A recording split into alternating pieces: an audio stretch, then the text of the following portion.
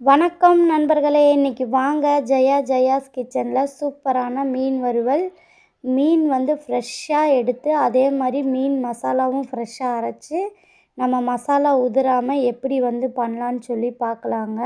ரொம்ப கம்மி பொருள் தான், வீட்டில் இருக்கிற பொருள் வச்சு நல்லா டேஸ்ட்டாக நல்லா மொறுன்னு சூப்பராக எப்படி பண்ணலான்னு பார்ப்போம். இப்போ பாருங்கள், மிளகு, சீரகம், சோம்பு வந்து அரை டீஸ்பூன் எடுத்து பவுட்ராக்கி எடுத்துக்கலாங்க.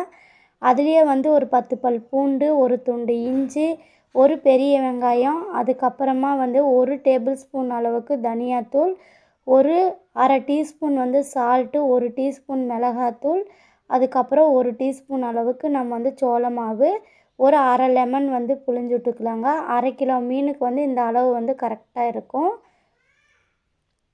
அப்புறமா இந்த பேஸ்ட்டை வந்து நல்லா வந்து நல்லா மையாக வந்து அரைச்சி எடுத்துக்கலாங்க. நல்லா மையாக அரைச்சி எடுத்தால் தான் மீனில் நல்லா ஒட்டி கீழே வந்து உதிராமல் இருக்கும்.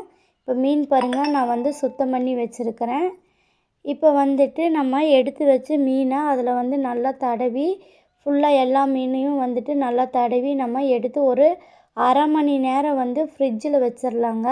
கரெக்டாக அரை மணி நேரத்துலேருந்து 1 மணி நேரத்து வரைக்கும் நம்ம வந்துட்டு ஊற வச்சோம் அப்படின்னா பொரிக்கும் போது நல்லா டேஸ்ட்டாக மசாலா உதிராமல் சூப்பராக இருக்குங்க. இப்போ ஒரு தோசைக்கல் வச்சுட்டு அந்த தோசைக்கல்லில் வந்து கொஞ்சமாக நமக்கு எவ்வளோ தேவையோ அவ்வளோ வந்து ஆயில் வந்து சேர்த்திக்கலாங்க. ஆயில் சேர்த்திட்டு எந்த ஆயில் வேணால் சேர்த்திக்கலாங்க. சேர்த்திட்டு அதுக்கப்புறமா நம்ம சிம்மில் வச்சுட்டுங்க ஒரு 5 நிமிஷம் ஒரு சைடும், இன்னொரு 5 நிமிஷம் இன்னொரு சைடும் வந்துட்டு திருப்பி போட்டு வேக வச்சு எடுத்துக்கலாங்க. இப்போ பாருங்கள், நம்ம திருப்பி போடும்போது நம்ம மசாலா வந்து கொஞ்சம் கூட வந்து கீழே வந்து சிந்தவே இல்லை. அந்த மீனில் நம்ம எப்படி வந்து நம்ம இது பண்ணி வச்சுருந்தோமோ அதே மாதிரி இருக்குது. இது மாதிரி இருக்குங்க, கொஞ்சம் கூட மசாலா உதறாமல். நீங்களும் இதே மாதிரி வந்து வீட்டில் வந்து ட்ரை பண்ணி பாருங்கள். அந்த சேனல் பிடிச்சிருந்தா சப்ஸ்கிரைப் பண்ணுங்கள், லைக் பண்ணுங்கள்.